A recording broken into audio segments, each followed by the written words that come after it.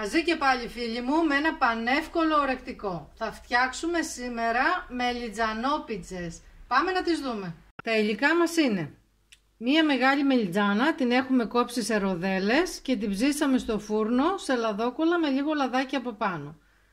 3-4 κουταλιές σάλτσα ντομάτας, ρίγανη, μία φέτα τυρί τριμμένη και μία φέτα κασέρι τριμμένη. Συναρμολογούμε τώρα, βάζουμε τη σάλτσα ντομάτας από πάνω. Βάζουμε τώρα τα τυράκια. Μπορείτε να μην βάλετε τυρί, να βάλετε μόνο κασέρι ή μόνο τυρί. Ρίχνουμε και τη ρίγανη και τα ψήνουμε στους 200 βαθμούς σε προθερμασμένο φούρνο για 5 λεπτά μέχρι να λιώσουν τα κασέρια. Έτοιμες τις μελιτζάνες να πούμε ότι τις ψήσαμε σε 200 βαθμούς προθερμασμένο φούρνο πάνω κάτω με αέρα. Ήρθε η ώρα της δοκιμής.